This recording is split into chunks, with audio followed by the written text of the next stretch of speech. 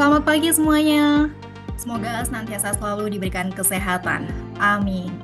Assalamualaikum warahmatullahi wabarakatuh. Selamat pagi dan salam sejahtera untuk kita semua.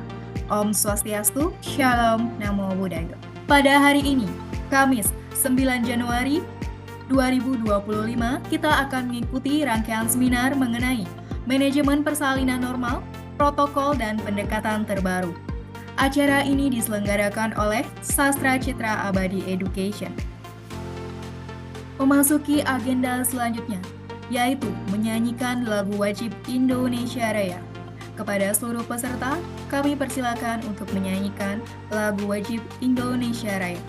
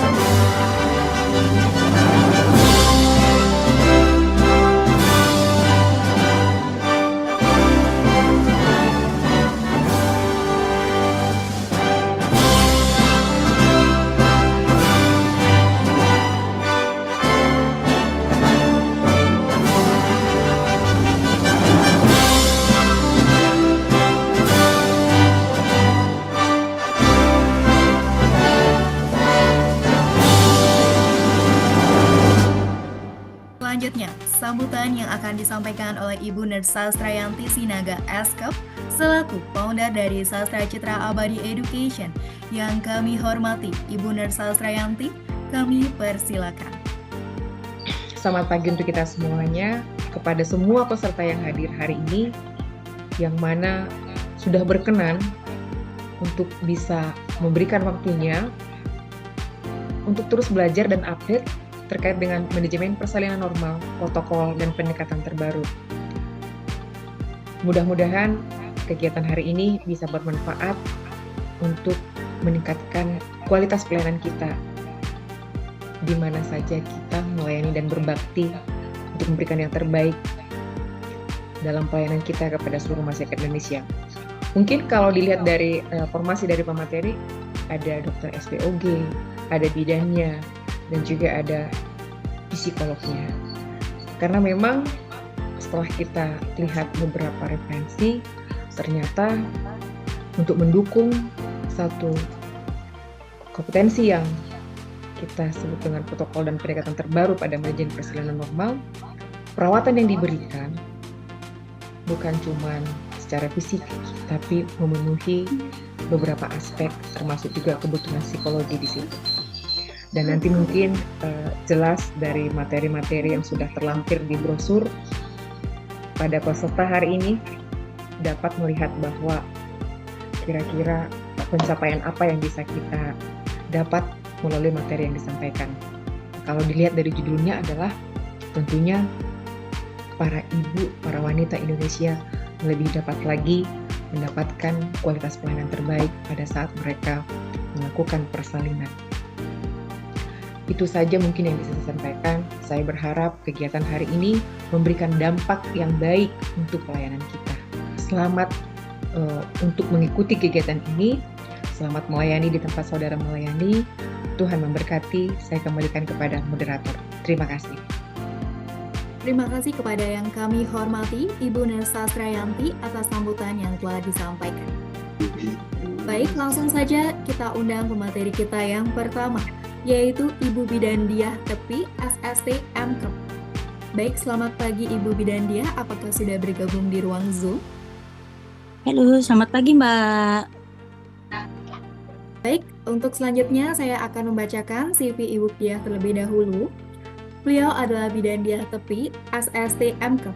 Beliau lahir di Tangerang pada tanggal 23 September 1985. Pekerjaan beliau saat ini menjadi dosen, bidan, praktisi, trainer, serta fasilitator.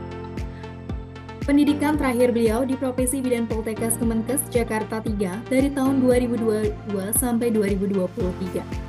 Beliau aktif dalam organisasi, dan beliau juga sudah memiliki banyak pengalaman dalam kebidanan dengan berbagai pelatihan, workshop, dan seminar yang telah diikuti oleh beliau. Pada sesi ini beliau akan membahas mengenai manajemen persalinan normal terhadap protokol dan pendekatan terbaru. Setelah sesi pemaparan materi akan dilanjutkan dengan sesi tanya jawab. Baik, kepada Ibu Bidandiah, waktu dan tempat kami persilakan. Sebelum kita mulai, mari sama-sama kita mengawalinya dengan bagi yang beragama Muslim, mari kita melafazkan basmalah. Bismillah.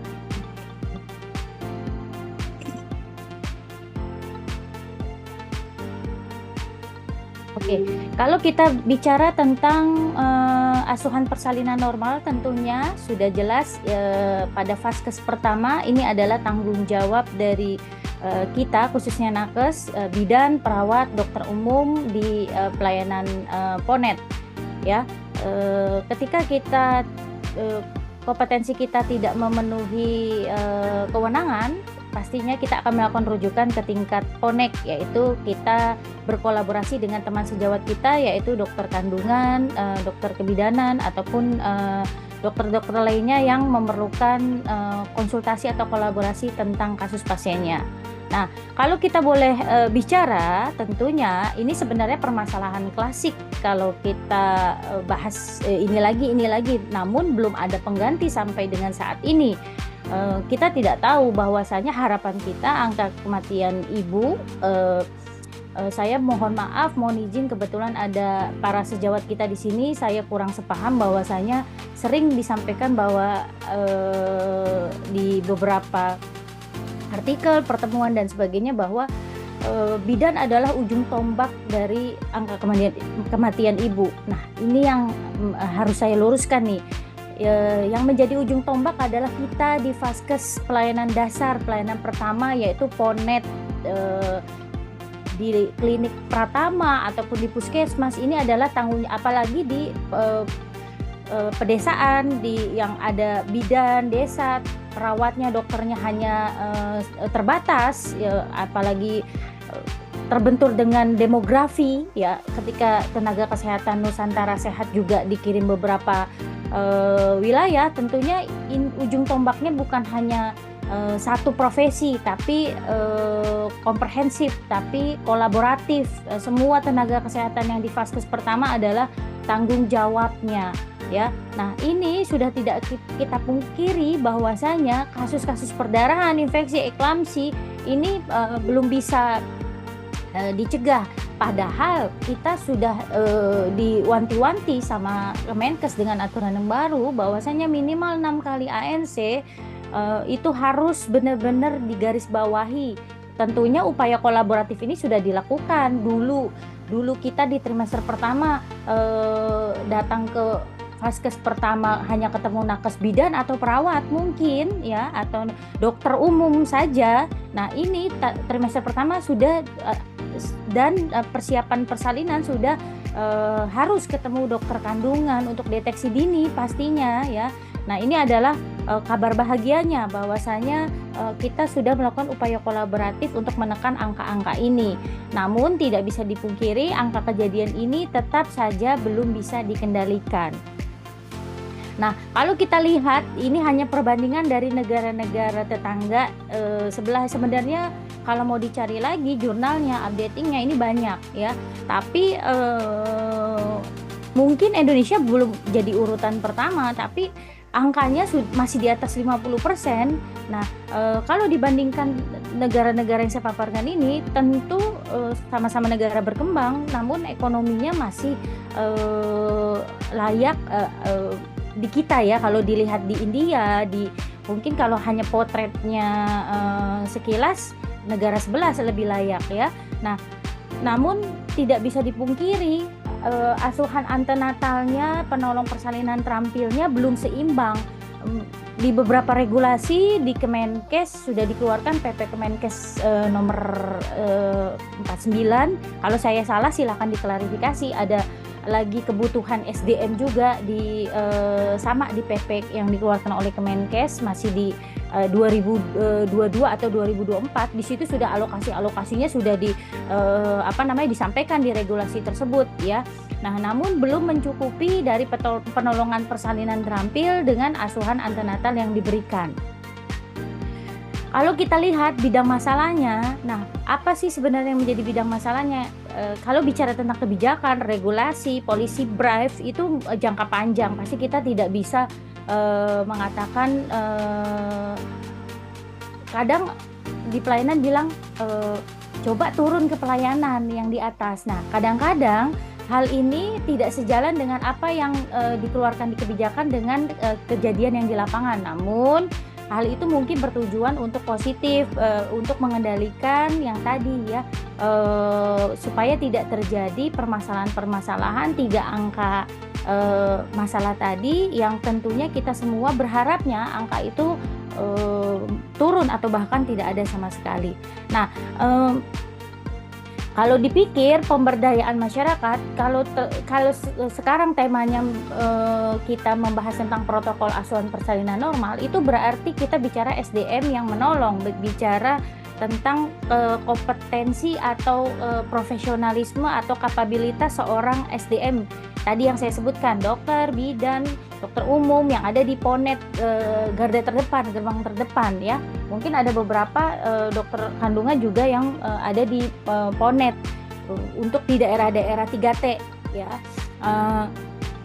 Namun kita tidak bisa pungkiri bahwa pemberdayaan diri, pemberdayaan si perempuan juga menjadi salah satu kunci, apalagi kita budaya timur nih. Segala pengambilan keputusan lagi-lagi harus terkendala atau terbentur dengan ketika sudah menikah harus nunggu suami, ketika belum menikah persetujuan orang tua. Kadang-kadang kalau kita bicara tadi demografi, apalagi 3T, beberapa pekan lalu terakhir saya ke daerah Sumatera di Lubuk Resam. Nah, itu untuk mencapai daerah tersebut transportasinya tidak ada sama sekali. Warga untuk bisa keluar masuk harus membutuhkan gotong royong, maksudnya pendanaan untuk membiayai transportasi hampir sekitar kurang lebih 2 juta pulang pergi. Bagaimana ketika terjadi emergensi ya, salah satunya akomodasi, transportasi dan sebagainya. Di seminar kali ini kita berbicara tentang SDM-nya, penolongnya. Hanya saja mungkin perlu disoroti ke depannya faktor-faktor lainnya tidak dipungkiri bahwa menjadi salah satu kunci juga yang tentunya yang harusnya fisiologis menjadi patologis. Nah, tadi kesadaran masyarakat pemberdayaan dirinya sebelum bersalin ini yang harus digarisbawahi dulu.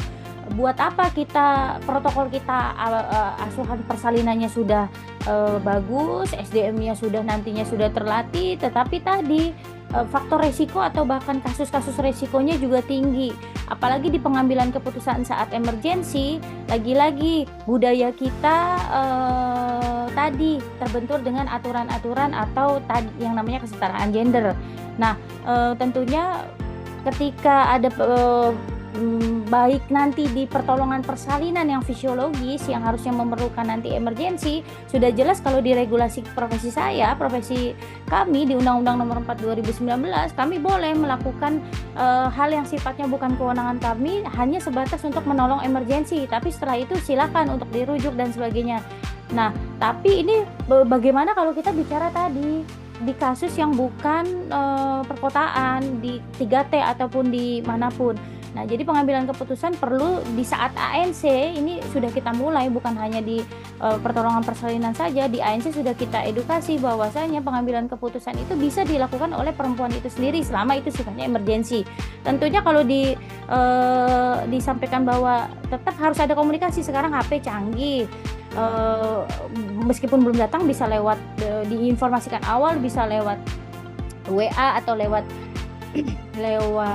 telepon ya, bahwasanya persetujuan itu bisa dilakukan via telepon, bukan mentang-mentang tadi saya sampaikan bahwasanya semuanya bisa diambil pengambilan keputusan oleh perempuan atau ibu itu sendiri, tidak memerlukan informasi di keluarganya atau suaminya. Nah, ini yang kadang-kadang perlu saya sampaikan, mungkin ini di luar materi, tapi sangat perlu saya sampaikan karena ada hubungannya dengan nantinya proses fisiologis kita. Harapannya semua pemberdayaan kembali lagi ke perempuan, bahwa kita mengingat bahwa kodrat persalinan itu sebenarnya hal yang fisiologis, kadang-kadang menjadi patologis dibuat oleh nakesnya sendiri. Tadi tidak dicegah oleh si pemberdayaan diri si ibunya sendiri, si wanita itu sendiri gitu ya. Nah, tentunya semua pelayanan ini harus sifatnya komprehensif, continue care, dan kolaboratif. Ada pertanyaan dari Ibu Leli Septiningrum. Izin saya bacakan, Ibu. Apakah betul dengan memotong tali pusat tidak cepat untuk kala 3 di kebidanan, Ibu? Baik, untuk Ibu Bidandiah kami persilakan.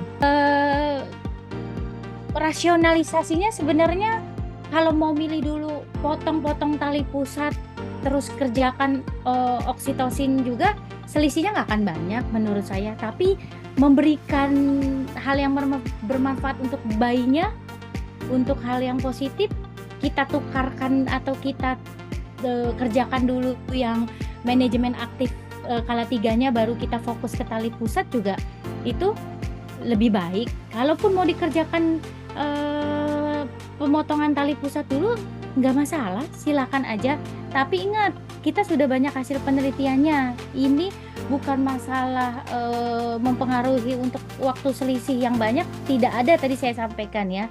Tetapi kadang-kadang, maaf, untuk tenaga SDM pertolongan persalinan yang masih pemula, tentunya memerlukan waktu. Kalau yang sudah expert, dokter kandungan, dokter ini menolong persalinan, bidan senior, perawat senior sambil merem juga, dia nggak akan ada selisih waktu gitu ya.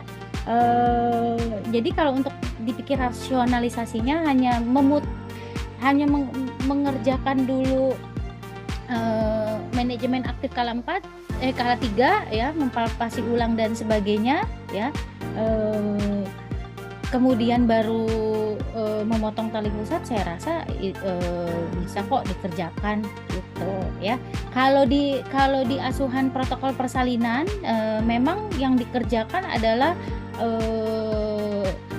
di asuhan BBL-nya dulu, potong dulu tali klem, potong tali pusat, baru kerjakan di manajemen aktif kala 3 ya. Kalau di kalau di protokol APN-nya ya, di langkah APN, karena habis kalimat tolong kepala, bahu, badan, terus kan kita langsung ke asuhan BBL, nilai, letak, kepala lebih rendah, kemudian cek fundus, beritahu, suntik ya, suntik. Nah, ini fundus, beritahu, suntik.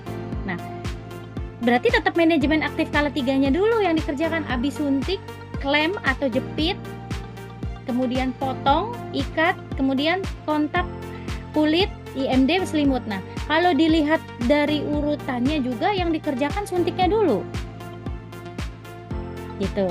Jadi kalau kalaupun mau ditunda seberapa lamanya, mau misalnya diputar dulu, mau yang dikerjakan potong tali pusat dulu baru suntik. Kalau kita di rumah sakit, kita bisa mengerjakan suntik sama potong tali pusatnya bersamaan, karena kita pasti akan banyak. Misalnya di kamar bersalin yang lagi jaga 2, dokter umumnya 1 atau dokter kandungannya ada, otomatis yang motong tali pusat misalnya penolongnya dokter kandungan atau dokter umum, pasti yang nyuntik si perawat atau bidannya. Itu bisa dikerjakan secara bersamaan biasanya. Nah, tapi ini kalau kita bekerjanya di PMB, Ponet, Puskesmas dan sebagainya, kalau misalnya hanya 2, memang kan menolong persalinan sekarang tidak bisa dengan 1 orang atau 2 tangan saja, butuh minimal 4 ya. Kalau saya disuruh milih di protap APN juga, begitu bayi lahir cek fundus, suntik, kemudian baru jepit potong ya, nggak masalah. Kita kerjakan dulu ya, kalau disuruh milih ya sesuai protap APN lah, kita suntik dulu gitu, baru kita potong-potong. Nah, tadi saya bilang, oh ternyata protap itu dibuat setelah ada jurnal-jurnal penelitian nyambungnya. Mungkin kalau si protap itu dibalik, yang dikerjakan potongnya dulu baru suntiknya dulu, HPP-nya nggak bisa dicegah ya, karena tujuan suntik tadi kan meminimalkan HPP ya. Terus si bayinya nggak dapat oksigen yang optimal, misal ada perubahan nih gitu kan dibalik. Nah tadi kalau ditanya memang selisih waktunya banyak, enggak juga gitu. Tadi Bu Rina bilang bisa nggak kalau kita nanti motongnya nanti setelah habis dikerjakan semua terus IMD baru kita, itu lebih bagus. Cuman masalahnya penolong persalinannya mau direpotkan tidak, atau tim penolong persalinannya mau direpotkan tidak. Yang kedua, dia harus yang kasus fisiologis. Kalau emergensi beda cerita. Terima kasih. Ya, sebelum menutup materi pada hari ini, apa bisa memberikan closing statement-nya? Baik, untuk seluruh bidan, perawat, dokter umum, dokter kandungan, tim sejawat kami, tentunya kita sebagai garda terdepan di pelayanan yang perlu memberikan pelayanan prima, perlu memberikan pelayanan yang dituntut sesuai kebutuhan masyarakat. Tidak dipungkiri kita harus mengupgrade baik skill, knowledge maupun attitude. Kadang-kadang kita sudah bekerja sesuai SOP, sudah bekerja sesuai dengan aturan, tetapi masih banyak komplainan yang kita terima. Apapun itu, ingat fokus tujuan kita menjadi ujung tim kolaboratif, menjadi ujung tombak di pelayanan vaskes pertama. Jadi saya minta tolong tidak ada yang lagi saling menyalahkan. Banyak kejadian ketika kita merujuk ke rumah sakit tidak sesuai dengan yang diharapkan. Aturannya kan sekarang tadi rekam medis harus dibawa, sisul, patogram, BPIK. Jadi saya minta tolong kerjasamanya baik di pelayanan kesehatan, tenaga medis pelayanan kesehatan maupun di Ponet maupun di Ponek. Semuanya itu intinya supaya kita bisa yang harusnya kasus fisiologis biarkanlah berjalan secara alami. Kalaupun dia patologis, mudah-mudahan kita bisa menekan 3T. Terlambat mengambil keputusan, terlambat mendapat pertolongan dan terlambat merujuk. Dan satu, kita ini teamwork, kolaboratif, komprehensif, dan komunikatif. Dan minta tolong berdayakan pasien-pasien kita sejak hamil. Bukan saat emergensi kita saling menyalahkan. Terima kasih. Selanjutnya, kita akan mengundang pemateri kita yang kedua, yaitu dengan Ibu Dr. Istiroka SST Bidan MKes. Sebelum memulai pemaparan materi yang kedua, izinkan saya untuk membacakan CV narasumber kita yang kedua pada hari ini. Beliau adalah Dr. Istiroka SST Bidan MKes. Beliau lahir di Semarang, 13 Juli 1968. Pekerjaan beliau saat ini menjadi PNS dan juga tim penilai uji kompetensi bidan di RSUP Dr. Karyadi Semarang. Beliau menempuh pendidikan terakhir S3 Hukum Kesehatan Universitas 17 Agustus Semarang. Beliau aktif dalam berbagai organisasi. Beliau juga sudah memiliki banyak pengalaman dalam kebidanan dengan berbagai pelatihan, workshop, seminar yang telah diikuti oleh beliau. Pada sesi ini, beliau akan memaparkan materi mengenai asuhan kebidanan dalam persalinan resiko tinggi. Baik, kita akan undang pemateri kita yang kedua, yaitu kepada Ibu Dr. Istiroka, SST Bidan MKes. Terima kasih. Assalamualaikum warahmatullahi wabarakatuh. Izin share screen dulu ya. Izin menyampaikan materi terkait dengan kebijakan sebenarnya persalinan normal di sini ya, tapi kami melihat bahwa kalau persalinan normal tentunya kita juga sebagai tenaga kesehatan harus mampu melakukan deteksi dini resiko tinggi dan bagaimana kita mampu melakukan rujukan.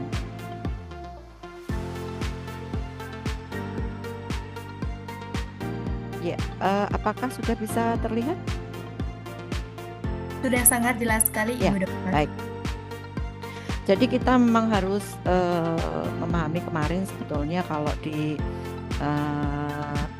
pembangunan kesehatan di negara Republik Indonesia itu kita masuk di visi Kementerian Kesehatan bahwa visi Kementerian Kesehatan terwujudnya masyarakat sehat, produktif, mandiri, dan berkeadilan untuk menuju Indonesia maju yang berdaulat, mandiri, dan berkepribadian berlandaskan gotong royong. Nah, misi Kemenkes yaitu untuk mendukung meningkatkan kualitas manusia Indonesia, menetapkan misi memperkuat upaya kesehatan yang bermutu, kemudian memberdayakan masyarakat, meningkatkan ketersediaan perataan mutu sumber daya kesehatan, dan memantapkan tata kelola pemerintahan yang baik. Kita tahu bahwa ini kita memang berawal dari yang RPJMN lalu ya, tahun 2024 ini sudah berakhir, tapi nanti ada program Astacita juga dari pemerintah yang sekarang. Kalau di RPJMN-nya yang lalu itu kita meningkatkan di upaya pelayanan kesehatan menuju cakupan kesehatan semesta, terutama dalam penguatan pelayanan kesehatan dasar primary healthcare dengan mendorong peningkatan upaya promotif dan preventif, didukung inovasi dan pemanfaatan teknologi. Nah, di sini ada tentunya program strategi-strategi yang diupayakan, yaitu pertama adalah peningkatan kesehatan ibu anak, kesehatan reproduksi dan KB. Yang kedua, percepatan perbaikan gizi masyarakat dan percepatan penurunan stunting. Ada germas, kemudian pengendalian penyakit, kemudian ada penguatan sistem kesehatan pengawasan obat juga. Jadi, tetapi ternyata program ini belum sudah ada penurunan angka kematian di dalam peningkatan kesehatan pelayanan ibu anak, di mana di sini penurunan angka kematian memang ada tapi belum signifikan. Maka upaya yang berikutnya adalah upaya dari program pemerintah yang sekarang. Nah, ini peningkatan pelayanan maternal dan neonatal berkesinambungan di fasilitas publik dan swasta dengan mendorong seluruh persalinan di fasilitas kesehatan. Ya. Kemudian adanya perluasan imunisasi, peningkatan perilaku higien, peningkatan gizi, ini juga berlanjut ke program yang sekarang. Kita kalau tahu angka kematian ibu per 100.000 kelahiran hidup itu menurut Supas 2015 ada 305, harapannya nanti 183. Nah, angka kematian bayi per 1.000 kelahiran hidup itu 24 menurut SDKI, harapannya adalah 16. Nah, ini kita lihat untuk termasuk adalah untuk upaya percepatan penurunan stunting.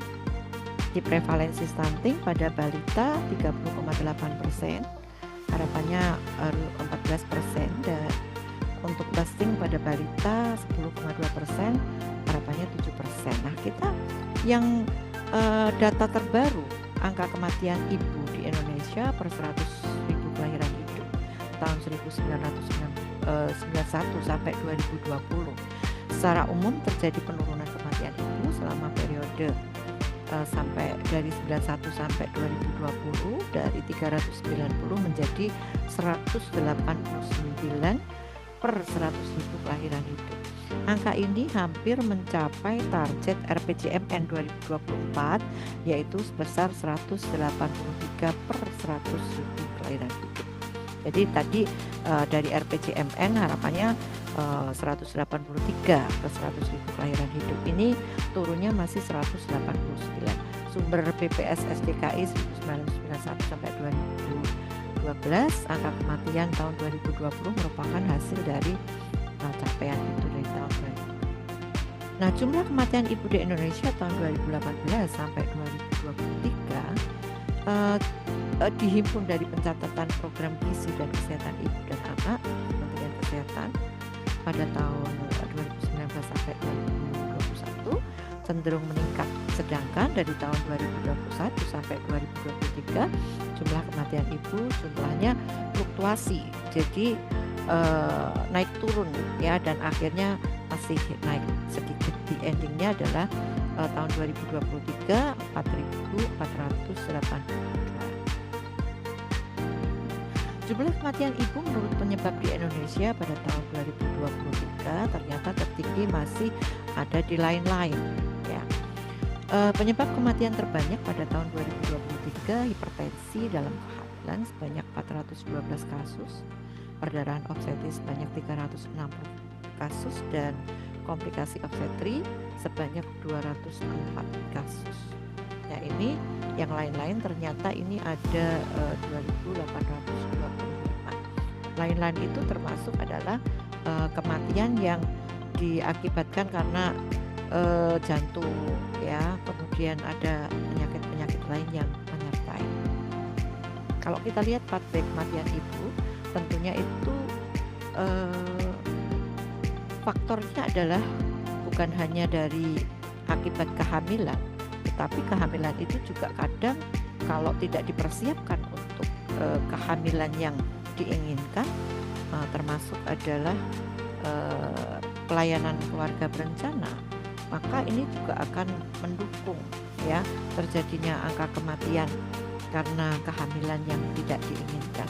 15% perkiraan komplikasi tidak dapat diprediksi tapi dapat dicegah ya. Harapannya semua kehamilan, persalinan itu akan berlangsung dengan baik-baik saja gitu ya secara fisiologis, tetapi kadang-kadang kalau yang namanya resiko tinggi kadang timbul sewaktu-waktu. Jadi ini memang harus dipersiapkan, apalagi kalau kehamilan tersebut kehamilan yang tidak diinginkan. Masih ada pasien yang hamil tidak diinginkan, beberapa itu pernah saya dipanggil pasien masih umur berapa, sekitar 13 tahun, persalinan di depan kamar mandi, artinya tidak diketahui oleh keluarga. Nah, ini pentingnya juga pemberdayaan masyarakat di situ untuk bisa memahami bahwa dalam keluarga tersebut ada yang hamil, tetapi tidak semua tidak semua keluarga itu memahami. Nah, harapannya itu nanti kalau di kehamilan yang fisiologis, kehamilan normal, ibu sehat kehamilannya, persalinannya berlangsung dengan normal ya, dan tentunya nifasnya juga bayi yang dilahirkan itu juga sehat ya, harapannya seperti itu. Dan petugas kesehatan harapannya itu memberikan pelayanan yang berkualitas ya, termasuk adalah pencegahan komplikasi, pencegahan resiko tinggi, identifikasi. Jadi seorang tenaga kesehatan diharapkan mampu untuk memahami, melakukan deteksi resiko tinggi. Tentunya bukan hanya tenaga kesehatan, ternyata sekarang harapannya masyarakat itu juga memahami gitu ya, melibatkan sekarang itu pemerintah, baik pemerintah pusat maupun pemerintah kota dalam penanganan pelayanan persalinan itu melibatkan tokoh-tokoh masyarakat ya, termasuk RT, RW gitu ya. Dan RT RW atau masyarakat itu juga mampu untuk memahami resiko sehingga akan bisa berkoordinasi dengan tenaga kesehatan yang terdekat, baik yang di daerah berarti ada puskesmas atau posbindu atau di posyandu, itu sudah harus bisa ya. Promosi kesehatan tentunya diharapkan untuk awal daripada untuk pemahaman tentang kehamilan yang fisiologis ya. Dan kalau misalnya terjadi kegawat daruratan, akan bisa mampu melakukan rujukan yang terencana. Karena rujukan terencana dengan rujukan yang emergensi itu akan beda penanganannya. Lebih baik rujukan terencana daripada sudah terjadi kegawat daruratan yang harusnya rujukannya adalah rujukan risiko tinggi. Kesehatan keluarga itu tentunya sangat berperan sekali terhadap optimalisasi pertumbuhan, perkembangan, dan produktivitas seluruh anggota melalui pemenuhan kebutuhan gizi dan menjamin kesehatan anggota keluarga. Di dalam komponen keluarga, ibu dan anak ini merupakan kelompok rentan. Maka hal ini terkait dengan fase kehamilan, persalinan, dan nifas pada ibu di fase tumbuh kembang pada anak menjadi alasan pentingnya upaya kesehatan ibu dan anak menjadi salah satu prioritas pembangunan kesehatan Indonesia. Nah, ibu dan anak merupakan anggota keluarga yang perlu mendapatkan prioritas. Kenapa? Karena dari kesehatan itu, indikator kesehatan keluarga ini salah satu menjadi indikator dari tercapainya pembangunan kesehatan di Indonesia. Sehingga penilaian terhadap status kesehatan dan kinerja upaya kesehatan ibu dan anak penting untuk dilakukan. Baik Ibu, sepertinya sudah ada yang bertanya dari Ibu Selvina Sura. Izin saya membacakan Ibu. Sehubungan dengan pendampingan pada ibu hamil, apa yang harus dilakukan sebagai bidan yang sedang mengalami tantangan menghadapi para remaja dengan kasus hamil di luar nikah, di mana kadang disembunyikan oleh keluarganya sehingga terlewati banyak waktu untuk kontak serta komunikasi langsung dengan remaja tersebut yang mengalami kehamilan. Terima kasih, pertanyaan yang bagus ya. Jadi memang pada kenyataannya seperti itu. Maka tadi yang saya sampaikan, sebetulnya pendampingan itu kan ini sudah terjadi ya. Kalau sudah terjadi, pasien sudah terjadi kehamilan di luar nikah misalnya, ini pendekatannya adalah secara privacy. Jadi tidak semata-mata kemudian harus itu di sana ada yang menikah gitu, misalnya terinformasi di antar kolaborasi, biasanya kan seperti itu. Tapi ditugaskan mungkin nanti sebagai tenaga kesehatan untuk memberikan pendampingan secara privacy. Secara privacy itu artinya di situ ada teknis-teknis dengan pendekatan, terutama kalau kita dalam menerapkan prinsip etik ya, itu tadi yang saya sampaikan ada penghormatan ya, bagaimana kita memberikan penghormatan kepada pasien, pendekatan pasien tidak semata-mata karena sudah terjadi, tapi supaya tidak terjadi, karena sudah terjadi kehamilan, supaya tidak terjadi komplikasi atau resiko tinggi. Nah ini sebetulnya sudah masuk resiko tinggi ya, kehamilan pada usia muda dan tidak diinginkan. Tetapi supaya tidak terjadi komplikasi, mendapatkan pelayanan yang paripurna, supaya bayinya sehat, maka caranya tadi itu harus ada penghormatan kepada pasien ya. Kita dekati ibunya, kita touch gitu ya, kita rangkul anak tersebut gitu, supaya dia bisa lebih terbuka kepada kita gitu ya. Kalau nanti takut, saya dampingi gitu. Nah kemudian juga ada kedekatan, itu intimasi, ada rasa kasih sayang, anggap itu adalah keluarga kita, adik kita, anak kita. Sehingga cara kita memberikan informasi itu harus benar-benar memiliki rasa kasih sayang gitu. Tidak sekedar hanya menyalahkan, tapi bagaimana kita memberikan solusi supaya pasien tersebut tetap mendapatkan pelayanan kehamilan yang sesuai dengan pasien-pasien yang lain. Nah, atau kadang kita kalau pasiennya malu misalnya, kita jemput bola, kita yang memeriksa di keluarga tersebut gitu. Jangan dipaksakan untuk pasien tersebut ke tempat fasilitas misalnya, tapi kita yang datang. Nah itu memang harus ada perlakuan khusus apa? Kehamilan yang di luar nikah, perasaan mereka itu tidak sama dengan ibu-ibu yang menikah, yang sudah menikah dan memang ingin dia kehamilannya diketahui orang. Tapi kalau namanya aja kehamilan disembunyikan, maka kita bisa jemput bola. Artinya kita yang kesana, kita yang membawakan bola. Tidak apa-apa, karena memang ini beda posisinya. Jangan disamakan dengan yang ibu-ibu hamil. Saya yakin dengan adanya keterbukaan itu dan ada rasa kasih sayang yang diberikan oleh kita, maka pasien tersebut akan beda rasanya. Begitu kita datang, dia akan senang, dia akan rangkul tugas. Ibu sudah datang, alhamdulillah, terima kasih. Itu. Jadi ada teknik-teknik khusus bagaimana caranya.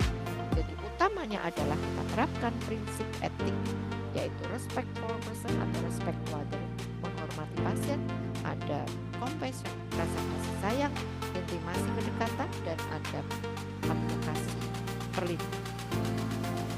Begitu. Terima kasih kepada Ibu Dr. Istiroka. Sebelum menutup materi pada hari ini, apa bisa memberikan closing statement-nya?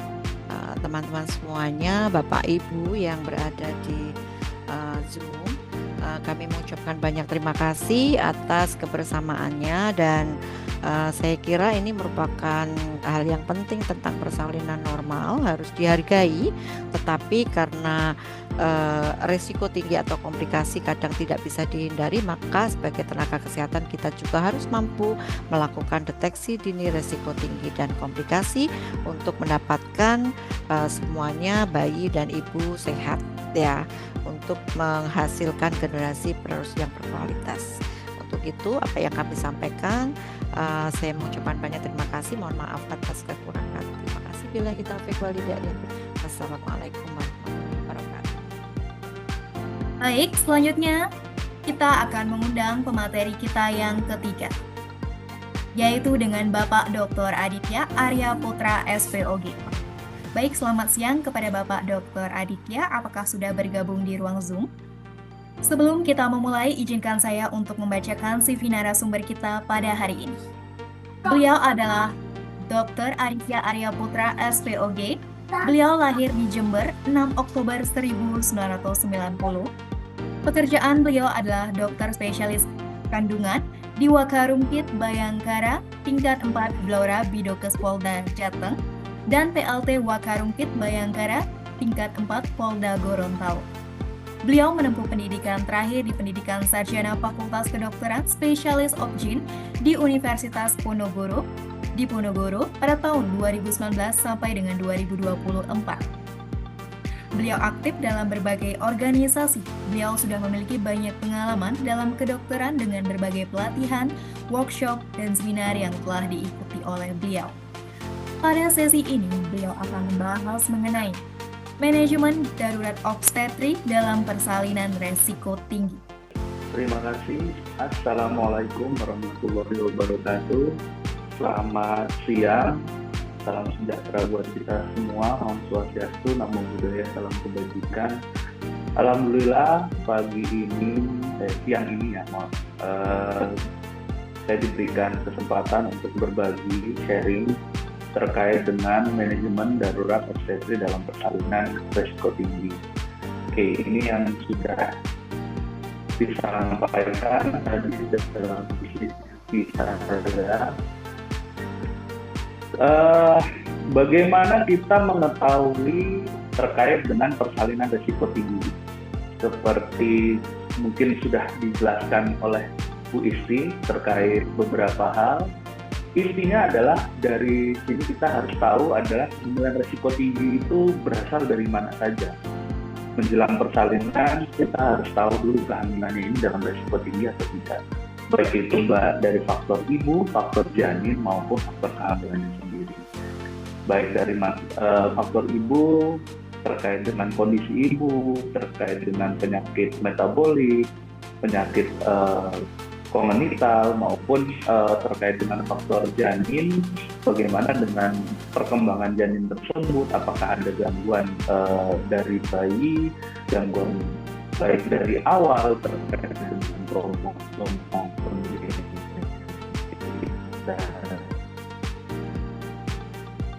terkait dengan faktor kehamilan, tentunya efek dari sebelumnya sering keguguran ataupun hingga infeksi terkait dengan akhirnya mempengaruhi kehamilan, baik itu ketuban pecah dini maupun adanya gangguan terkait dengan kehamilan seperti gangguan cairan ketuban. Seperti yang kita ketahui, 3 terlambat 4 terlalu. Jangan lupa kita harus waspada terkait dengan kehamilan risiko tinggi. Dan apa yang harus dilakukan? Alhamdulillah di buku KIA yang terbaru juga kita sudah bisa melihat bagaimana pemeriksaan dan tindakan yang bisa kita lakukan sehingga screening untuk bisa kita turunkan dan bisa kita tangani di awal. Kapan harus merujuk?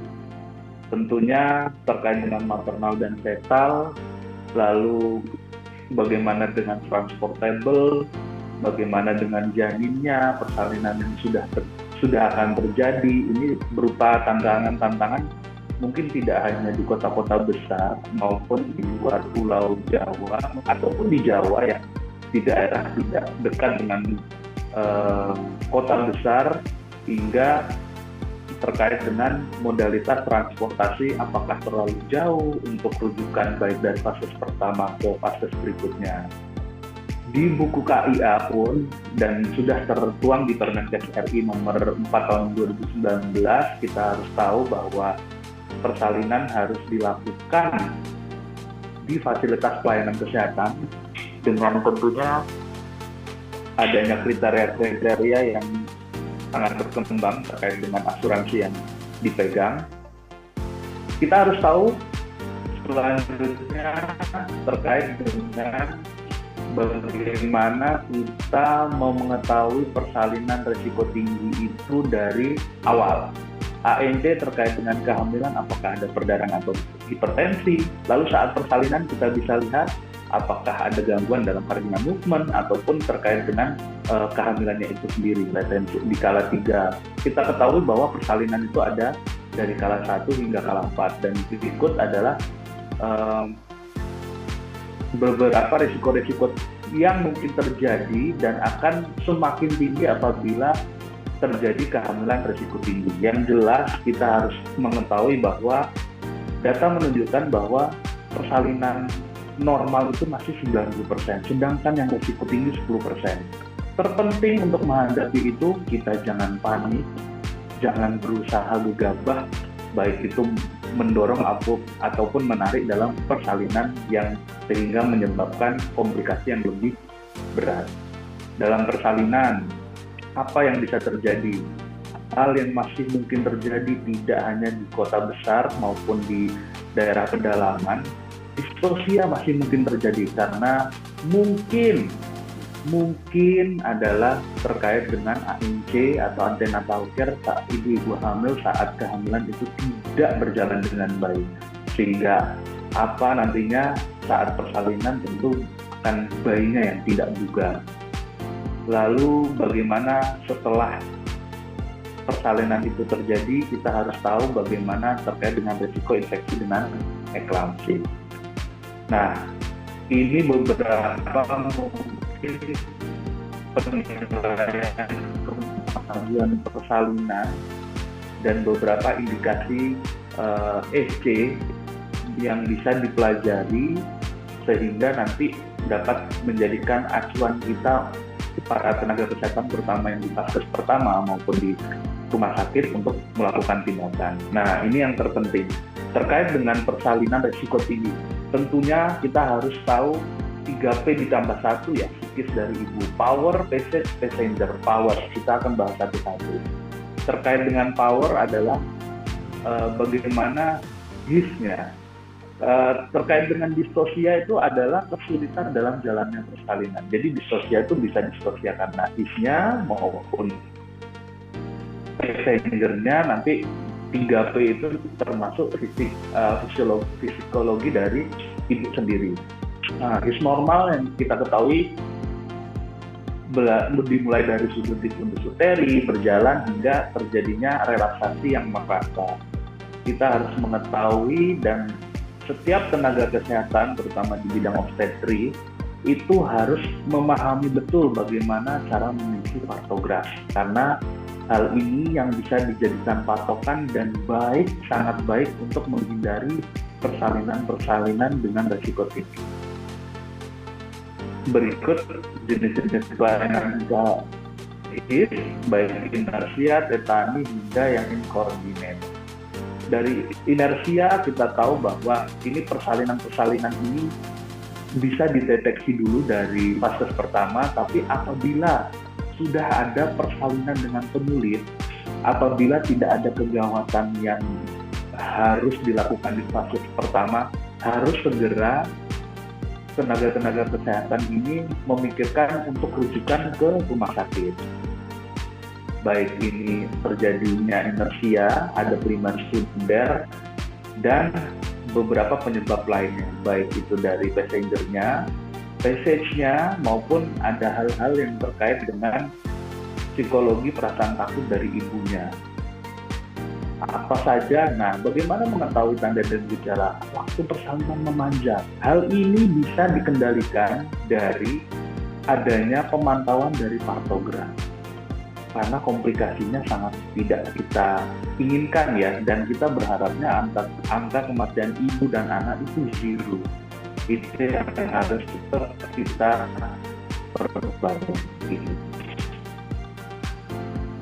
Terkait dengan HIS dan kehamilan, sering sekali saya temukan adalah gizi dari ibu-ibu hamil ini memang sangat amat kurang menjadi perhatian ya. Saya sering menemukan bahwa tidak hanya merasa saya sudah cukup dok, berat badan naiknya sudah banyak, tapi ternyata secara gizi kita bisa pantau dari kehamilannya, lilanya kecil, ataupun dari perkembangan kehamilannya itu terkait dengan misal air ketubannya terlalu sedikit, salah satunya dari gizi yang kurang baik. Izin dokter, sepertinya sudah ada yang bertanya dari Ibu Lili. Izin saya membacakan dokter. Bagaimana penanganan pada tali pusat yang menumbung ke tempat rujukan dokter? Baik, kepada dokter Aditya kami persilakan. Baik, terima kasih Bu Lili atas pertanyaannya. Nah, ini pernah saya alami beberapa kali. Yang penting adalah membedakan bagaimana tali pusat menumbung maupun tali pusat terkemuka.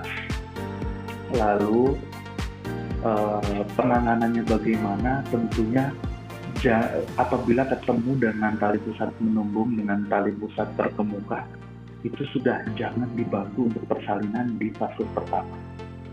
Untuk bagaimana proses perpindahan, tentunya salah satu tim atau ketua tim dari pertolong persalinan itu membantu untuk menahan bagaimana kontraksi itu berkurang ataupun pengeluaran dari tali pusat maupun janinnya itu dari jalan lahir.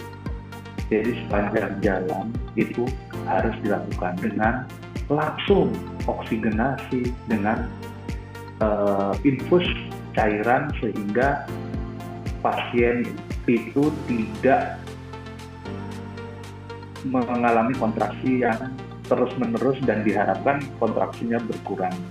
Dan yang terakhir tentu pendampingan dari ibu bidan terkait dengan psikologi ibu harus ditenangkan sambil melatih bagaimana pernapasan terutama pada kehamilan pertama ibu-ibu muda itu mengatur agar mereka tidak melakukan mengejan untuk menghindari risiko komplikasi. Mungkin itu Mbak Ayu untuk pertanyaan Bu Lili, ini sangat bagus ini terkait dengan pertanyaan penanganan tali pusat menumbung.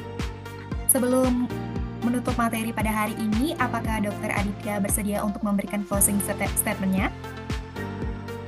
Baik, terima kasih.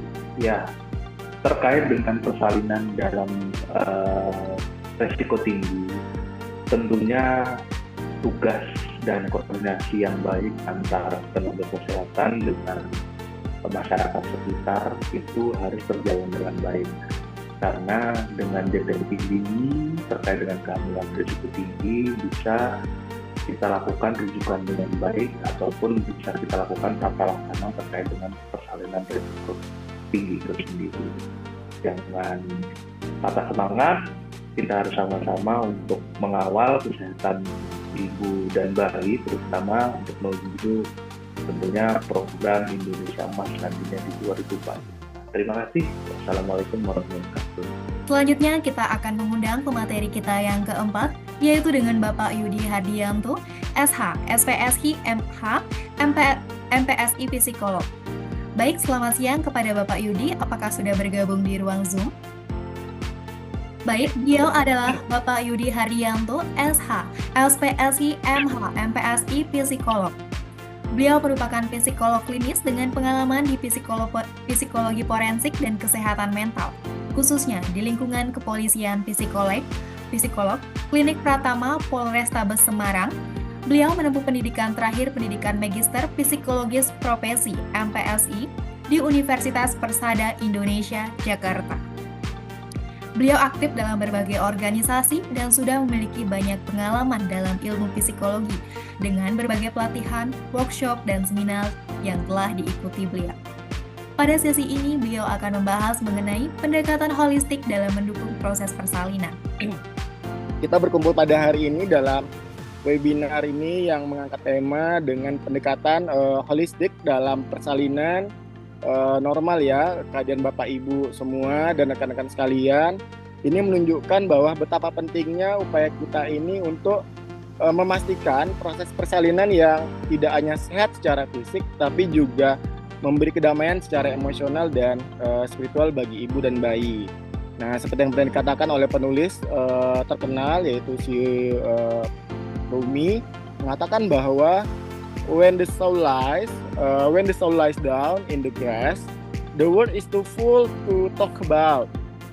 Ideas, language, even the praise each other doesn't make any sense. Kutipan ini nih mengingatkan saya ataupun kita semua bahwa kehidupan baru itu seperti proses persalinan adalah momen yang sakral yang melampaui kata-kata dan juga melibatkan harmoni antara tubuh, pikiran, dan jiwa. Nah, seperti yang kita ketahui, persalinan itu adalah momen yang sangat istimewa ya, khususnya bagi setiap ibu. Namun proses ini bisa menjadi tantangan baik secara fisik maupun emosional.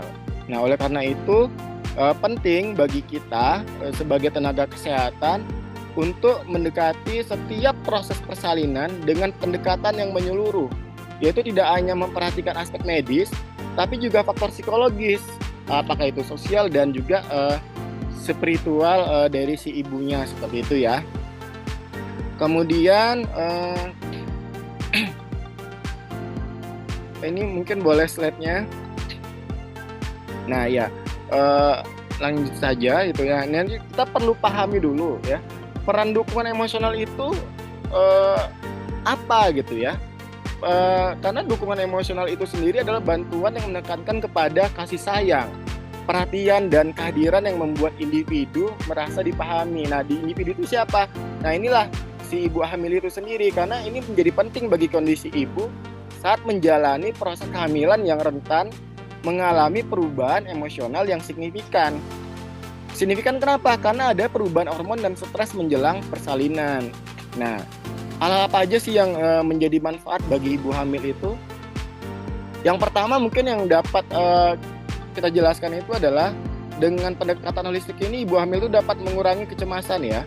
Dapat mengurangi kecemasan di mana pada umumnya seorang ibu hamil itu memiliki kekhawatiran tertentu terhadap kondisi dirinya ya, maupun dengan kondisi calon bayinya. Aduh, nanti kira-kira kehamilan aku bagaimana ya? Ini apakah nanti sesar ataukah nanti seperti apa? Nah, ini yang kecemasan-kecemasan itulah yang nantinya akan kita reduce, kita kurangi, sehingga ibu hamil ini dapat menjalani proses persalinan tersebut dengan nyaman seperti itu. Kemudian yang kedua, yaitu pendekatan holistik ini juga dapat meningkatkan ya kepercayaan diri. Gimana ini meningkatkan kepercayaan diri? Karena sebagaimana kita ketahui bahwa ibu hamil ini cenderung mengalami perubahan fisik. Ya mungkin Bapak Ibu semua, rekan-rekan sejawat paham ya, ketika proses kehamilan terjadi banyak perubahan fisik yang yang terjadi pada ibu hamil, di mana perubahan fisik ini membuat tampilan dari si ibu hamil ini berbeda dari kondisi sebelumnya. Dan hal inilah yang kerap kali membuat kepercayaan diri pada ibu hamil itu cenderung menurun. Sehingga dengan dukungan emosional, baik itu dari pasangan, keluarga, maupun teman, ini dapat meminimalisir ya terjadinya rasa rendah diri tersebut. Kemudian juga pendekatan holistik ini juga dapat mempercepat ya proses persalinan. Maksudnya tuh gini, dengan pendekatan ini dia dapat memberikan rasa nyaman dan mengurangi rasa nyeri selama proses persalinan. Dan selanjutnya juga dapat memberikan pengalaman positif selama persalinan. Nah, hal ini yang dapat membantu ibu hamil itu untuk fokus kepada hal-hal baik atau positif pada dirinya daripada fokus pada rasa sakit yang dialami, seperti itu.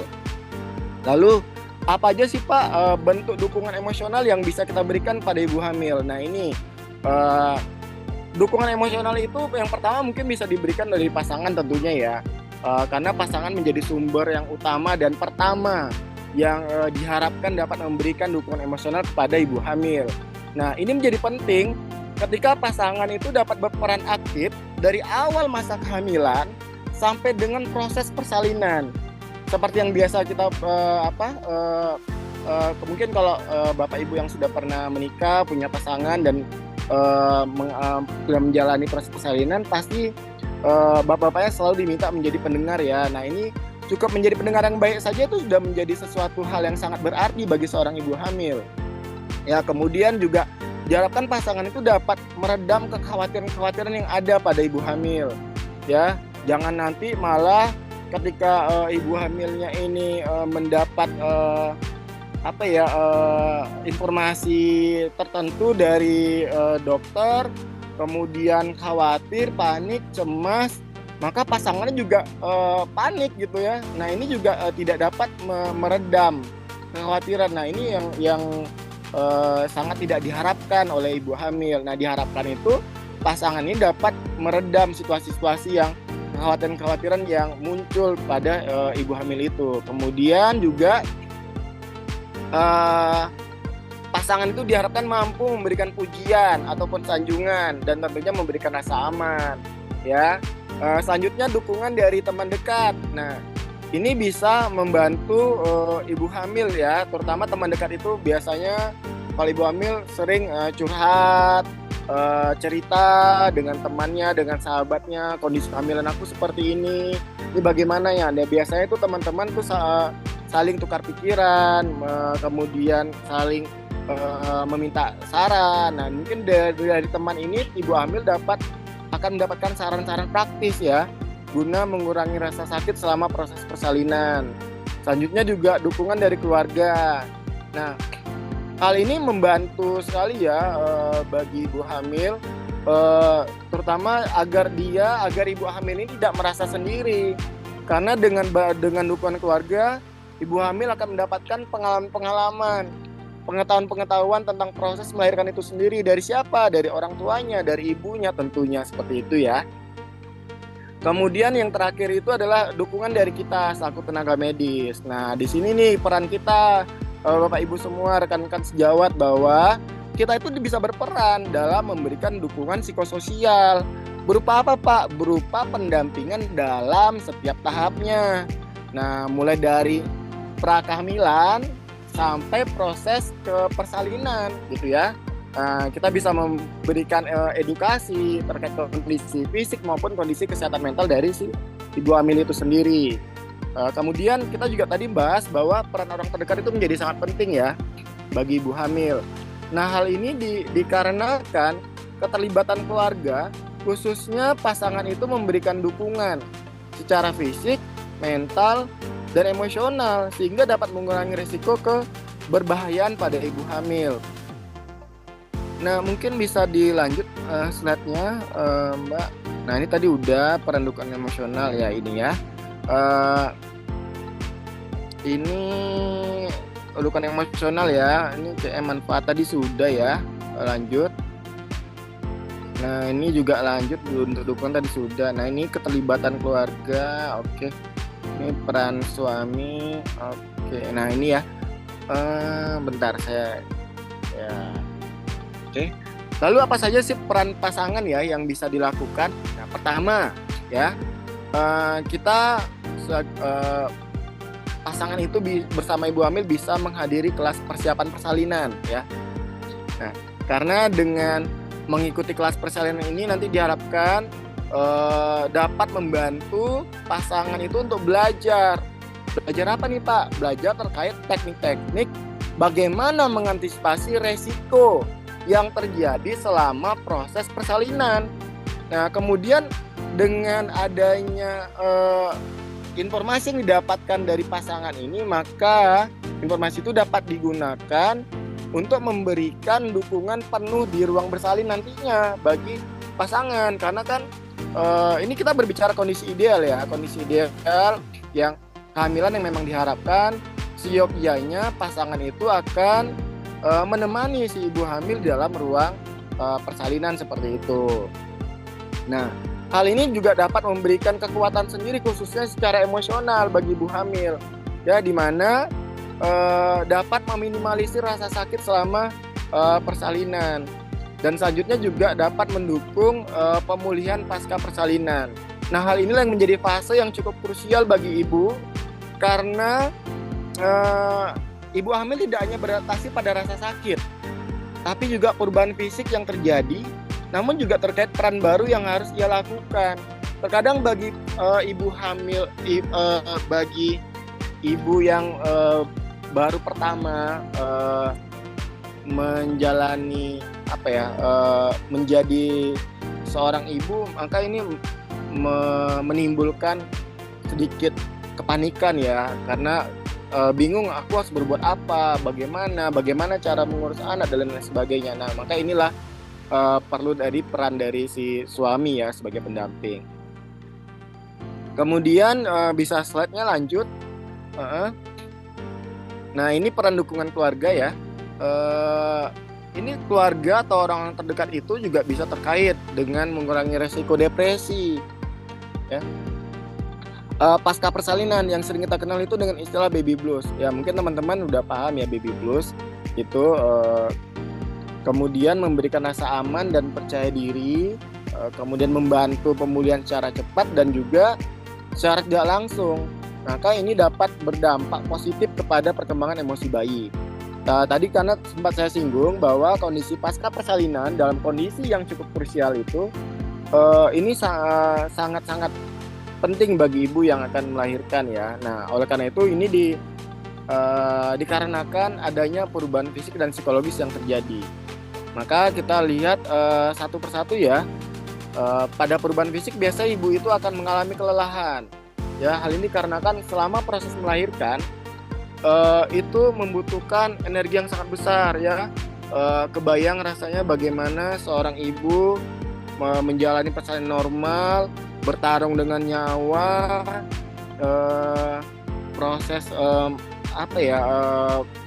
proses persalinan yang dilewati cukup sangat menguras energi, fisik, emosi dan lain sebagainya. Nah, inilah yang harus kita perhatikan dengan baik ya. Kemudian juga adanya perubahan hormon ya, dan ini juga bisa mempengaruhi suasana hati dari ibu hamil. Oleh karena itu rentan terjadi mood swing biasa pada ibu-ibu hamil itu ya, karena adanya kegelisahan dan kecemasan ataupun kegelisahan yang berlebihan gitu ya, panik gitu ya. Itu hal yang wajar terjadi pada ibu hamil ya. Kemudian ibu hamil juga kadang merasa kesepian dan terasingkan ya.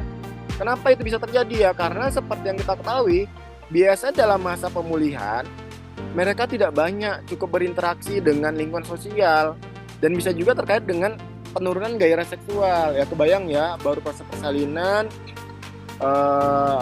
sakitnya masih ini belum sembuh, suaminya sudah minta. Nah ini kan juga mempengaruhi ini ya, menurunkan gairah seksual dari si ibu hamil itu sendiri, seperti itu.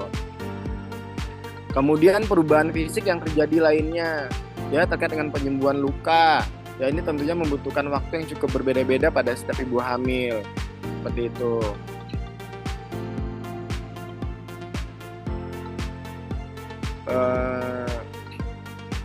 Ini slide-nya boleh di next. Ini boleh next. Ya, ini next. Oke, ini. Oke, coba sorry. Nah, saya jelaskan dikit. Ini ada perubahan. Ya, next, coba Mbak, next.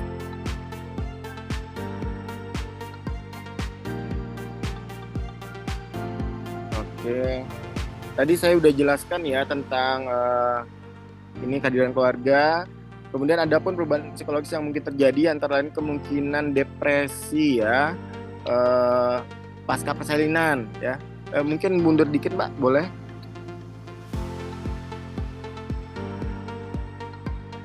Oke, saya jelaskan dikit tadi udah ini ya. Nggak apa-apa, nanti slide-nya bisa di-share aja kepada teman-teman. Nggak apa-apa, saya jelaskan aja. Jadi ada pun perubahan psikologis yang mungkin itu terjadi pada ibu hamil itu bisa jadi juga ada kemungkinan munculnya depresi ya pasca persalinan. Kenapa itu bisa muncul, Pak? Ya karena ada kondisi emosi yang berlangsung itu cukup lama ya, dan semakin memberat. Nah kemudian baby blues, di mana perubahan mood yang signifikan seperti mudah menangis, cemas, dan ini tuh berlangsung selama beberapa minggu biasanya. Nah ini yang dapat kita perhatikan, bahwa cemas itu merupakan faktor yang kerap kali muncul dalam proses persalinan. Nah terkait hal ini, apa sih yang perlu kita perhatikan ya? Kita perlu memperhatikan hal-hal apa saja nih yang dapat memicu terjadinya kecemasan ya. Antara lain ya, kondisi nyeri. Nah ini ya, nyeri yang didukung oleh penurunan kondisi fisik ya. Selain itu juga terkait dengan riwayat pemeriksaan selama tentang kehamilan ya. Nah, kemudian minimnya pengetahuan serta minimnya dukungan terhadap kondisi ibu hamil, di mana hal ini dapat memicu munculnya hormon stres yang salah satunya kita kenal itu dengan hormon katekolamin ya, di mana hormon ini dapat menghambat kontraksi dan aliran darah pada plasenta, seperti itu. Next. Oleh karena itu kita perlu nih mengatasi dan mengantisipasi munculnya kondisi cemas yang salah satunya yaitu dengan yang sering kita sebut itu adalah baby blues, Bapak Ibu semua. Bagaimana nih Pak mengatasi ataupun menghindari baby blues ini? Yang pertama, kita bisa menghindari faktor pemicu stres ya. Nah, kita upayakan ya selalu memiliki pemikiran-pemikiran yang positif ya. Kemudian kita juga usahakan hidrasi yang cukup, yaitu minum air yang cukup ya, di mana ini dapat membantu tubuh tetap segar dan berfungsi optimal. Kemudian pentingnya kehadiran keluarga pastinya ya, di mana dengan hadirnya keluarga itu si ibu hamil itu tidak merasa kesepian, tidak merasa ditinggalkan, tidak merasa dia lonely ya, sendirian, tidak ada siapa-siapa, terasingkan gitu ya, dan dia tidak merasa tidak berharga. Nah ini yang kita perlu menghadirkan keluarga dalam proses pendampingannya ya, untuk mengantisipasi terjadinya baby blues itu. Kemudian juga perlu dukungan dari profesional, dari kita nih, dari profesional ini, yaitu dengan memperhatikan proses komunikasi. Terkadang udahlah ibu hamilnya ini kondisi panik, cemas, kadang teman-teman sejawat khususnya entah perawat ada mungkin yang cara penyampaiannya kurang pas dirasa oleh ibu hamil, maka ini juga dapat memicu munculnya kecemasan, perubahan emosi pada ibu hamil itu sendiri. Oleh karena itu perlu adanya komunikasi yang bersifat terapeutik ya bagi proses persalinan itu sendiri. Next, hal ini sangat penting ya untuk membantu pasien memperjelas serta mengurangi beban perasaan. Jadi apa sih peran komunikasi terapeutik itu bagi proses persalinannya? Ini dia, yaitu membantu pasien memperjelas serta mengurangi beban perasaan dan pikiran terkait proses persalinan. Nah, selain itu juga proses komunikasi terapeutik ini juga dapat membantu pasien mengambil tindakan yang efektif, ya, sehingga komunikasi terapeutik ini dapat diberikan. Siapa saja sih yang bisa memberikannya? Yaitu pada orang terdekat pasien, misalnya apakah itu orang tua, pasangan, ya, ataupun tenaga profesional tentunya pastinya ya, agar lebih berfungsi optimal dalam memberikan dukungan terhadap proses persalinan. Bentuknya apa aja sih Pak komunikasi terapeutik itu? Nah, bentuknya itu bisa jadi seperti misalnya kita hadir saja itu sudah menjadi komunikasi terapeutik loh teman-teman, rekan-rekan semua. Dengan kehadiran kita, mendengarkan aktif, kemudian memberikan sentuhan jika dibutuhkan. Misalnya kayak pasangannya misalnya, aduh yang aku butuh dielus-elus di punggung belakang, karena mungkin bagi ibu hamil itu kadang sentuhan di punggung belakang itu menjelang persalinan itu sangat memberikan rasa nyaman ya bagi ibu hamil seperti itu. Nah, itu juga bisa menjadi komunikasi terapeutik yang dibutuhkan oleh ibu hamil ya. Kemudian memberikan informasi tentang kondisi persalinan dan jangan lupa juga memberikan pujian atau afirmasi positif gitu ya kepada ibu hamil. Oh ya, maaf Pak Yudi, saya tidak bertanya tapi sekedar sharing saja. Ya boleh dengan senang hati Mbak, saya juga masih belajar. Silakan siapa tahu saya dapat tambahan insight ini. Ya. Ada kasus Pak,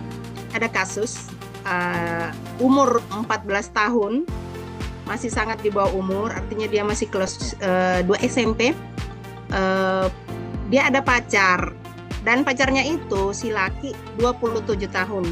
Nah, baru-baru ini, ya maaf Pak, karena kasus baru, datang di tempat kami, kebetulan di visum karena khawatirnya orang tuanya mungkin pelecehan sampai laki-laki itu ya kekerasan seksual ya. Ya. Apa hasil visumnya Bu? Dianggap begini Pak, kekerasan. Tetapi setelah kami periksa dan wawancara dengan si adik ini, ternyata bukan kekerasan, dan kami dengan dokter sudah suka seperti itu ya. Juga sama suka. Yang saya pikirkan ini Pak, untuk kelanjutannya, karena saya sempat wawancara, pertama beda agama. Ya baik Bu, saya potong. Ini mereka si adiknya ini hamil nggak Bu? Belum. Tetapi kan mereka akan menuju ke sana. Mereka menuju ke sana karena dari perempuan. Ya. Karena dari pihak perempuan, makanya lakinya ditahan dulu, jangan sampai ada kekerasan seperti itu. Tetapi setelah diwawancarai dengan hati seorang ibu, gimana nih sama anak ini, ternyata dia tetap mau menikah.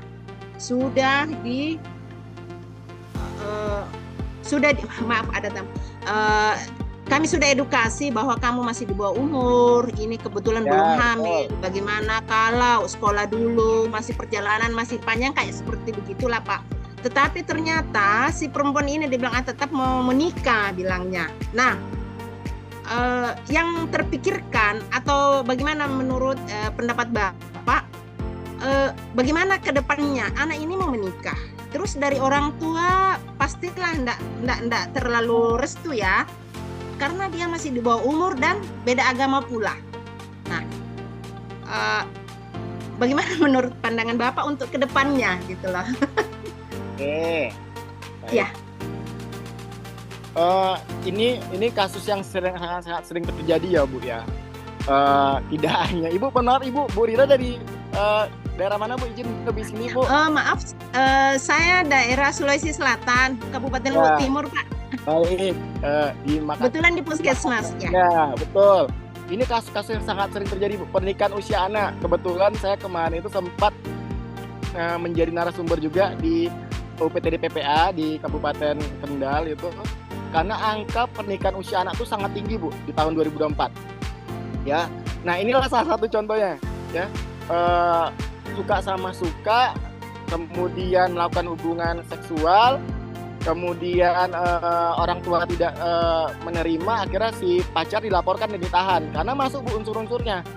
Karena Undang-Undang Perlindungan Anak di dalam Undang-Undang nomor 35 tahun 2014 pasal 81 dan 82 itu masuk, Bu, karena ini anak di bawah umur gitu. Apapun itu alasannya. Karena ada namanya kalau anak itu masih dianggap belum dapat berpikir secara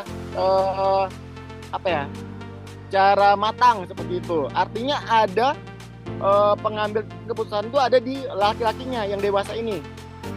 Nah, artinya dia paham, si laki-laki ini paham bahwa ini anak adalah anak di bawah umur. Kenapa dia tetap melakukan? Nah, di situ, Bu, masuk unsurnya itu, Bu. Seharusnya dia bisa menghindari perbuatan itu. Sampai sini paham, Bu, maksudnya ya? Ya. Nah, jadi kenapa si laki-laki itu ditahan seperti itu? Nah, ini secara undang-undang ya, Bu, gitu ya. Nah kembali lagi, kalau misalnya nih, ya kan, kalau kita kan lihat proses hukum ya, karena ini pelaku udah ditahan, kemudian proses hukumnya terus berjalan. Ini proses hukumnya berjalan apa tidak, Bu? Kemarin kebetulan ada petugas yang datang bawa, memang si laki-laki masih ditahan. Tapi saya berusaha gali nih si perempuan. Katanya supaya laki-lakinya bertanggung jawab untuk seterusnya, karena baru beberapa hari yang lalu kejadiannya. Untuk seterusnya saya belum tahu perkembangannya, Pak. Apakah bertanggung jawab dalam hal apakah materi atau untuk pernikahan, itu belum saya konfirmasi. Tetapi dari si cewek ini memang dia bilang mau menikah seperti itu, Pak.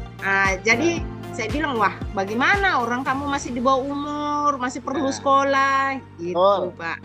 Nah, biasanya, Bu, ketika ada kasus anak di bawah umur ingin mengajukan nikah, ini harus minta namanya dispensasi nikah. Nah, itu didapatkan dari UPTD PPA, Dinas sekarang tuh DP 3AP 2KB kalau nggak salah, di kabupaten. Nah, ini juga rangkaian juga panjang.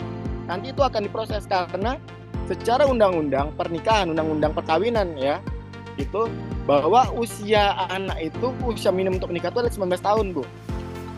Ya. Jadi kalau anak usia 14 tahun ini belum dikatakan anak usia nikah. Gitu. Ya.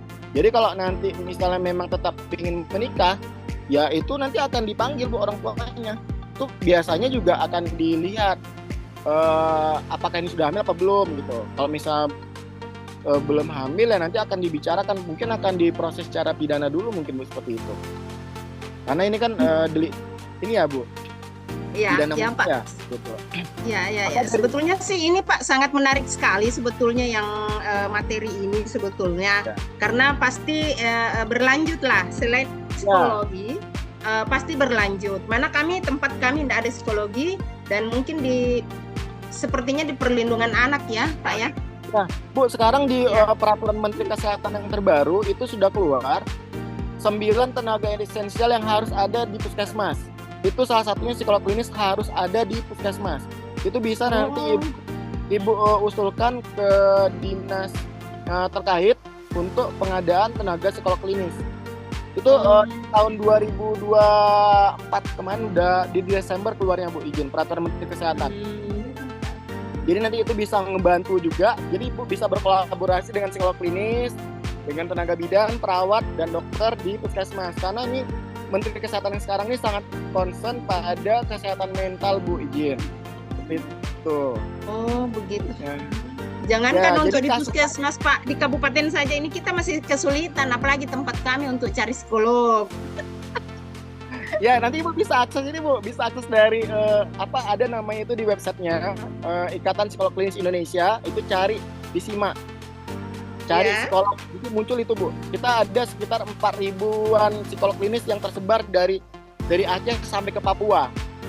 Nah, nanti Ibu cari di websitenya Ikatan Psikolog Klinis Indonesia, cari psikolog seperti itu. Dari psikolog tinggal search aja kabupaten kota ibu, nanti akan muncul psikolog siapa aja yang berada di wilayah ibu seperti itu. Wilayah itu. Ya. Lama-lama bidan ya jadi psikolognya. Ya, betul. Berkaitan dengan kasus tadi Bu, kalau saran saya itu kalau misalnya si adiknya belum hamil, itu sangat berat ya Bu untuk dinikahkan. Karena ya secara aturan itu pasti tidak akan diberikan dispensasi oleh dinas gitu. Karena pertimbangannya itu memang kita ini belum layak untuk menikah seperti itu Bu, karena kesehatan reproduksinya belum siap, kemudian psikisnya juga belum siap, nanti ada pemeriksaan psikologis juga terhadap si anak tersebut seperti itu. Nah, apabila memang unsur kekerasan seksualnya sudah masuk dan melanggar undang-undang perlindungan anak, maka ini pidana yang bisa dilanjutkan Bu seperti itu. Mungkin bisa jadi kenapa ini dia minta dinikahkan, mungkin supaya si cowok ini dia jadi tahan Bu seperti itu. Ini asumsi ya Bu, bisa jadi mungkin agar supaya si pacar dia ditahan, maka dia diminta dinikahkan. Tapi secara aturan itu tidak bisa seperti itu. Gitu Bu. Sangat sebetulnya nanti lain kali materinya khusus psikolog Ibu. Boleh Ibu, dengan senang hati Ibu. Terima kasih Pak. Ya. Sebelum menutup materi pada hari ini, apakah Bapak bisa memberikan closing statement-nya? Keberhasilan dalam proses persalinan itu tidak dapat dipisahkan dari sinergi berbagai aspek ya Mbak. Baik itu dari psikososial maupun biopsikososial, di mana hal tersebut itu berperan penting dalam mendukung kesehatan ibu hamil. Nah, disinilah kita sebagai tenaga profesional memiliki tanggung jawab besar untuk memberikan edukasi yang tepat dan holistik sejak dini. Ya, edukasi yang dimulai dari awal proses kehamilan hingga persalinan ini akan menjadi kunci untuk meminimalisir resiko komplikasi dan menciptakan pengalaman persalinan yang lebih aman serta nyaman bagi ibu dan bayi. Nah, semoga melalui diskusi dan sharing-sharing ini yang kita lakukan pada siang hari ini, kita semakin terinspirasi untuk terus berkontribusi dalam meningkatkan kualitas pelayanan kesehatan bagi ibu hamil. Nah, mungkin saya boleh menyampaikan sedikit quote ya dari saya ambil quote itu dari Erik Erikson. Dia mengatakan begini, "Life doesn't make any sense without interdependence. We need each other, and the sooner we learn that, the better for us all." Artinya apa? Hidup tidak akan bermakna tanpa saling ketergantungan. Maka kita saling membutuhkan, dan semakin cepat kita memahami hal itu, semakin baik untuk kita semua. Sekian dari saya, wabillahi taufiq wal hidayah. Wassalamualaikum warahmatullahi wabarakatuh. Selamat siang dan salam sehat sejahtera untuk masyarakat Indonesia semua. Sebelum kita akhiri, kami berharap apa yang disampaikan pada hari ini dapat memberikan manfaat yang besar bagi perkembangan profesi kita. Akhir kata, saya Ayu Puspitawangi mohon undur diri.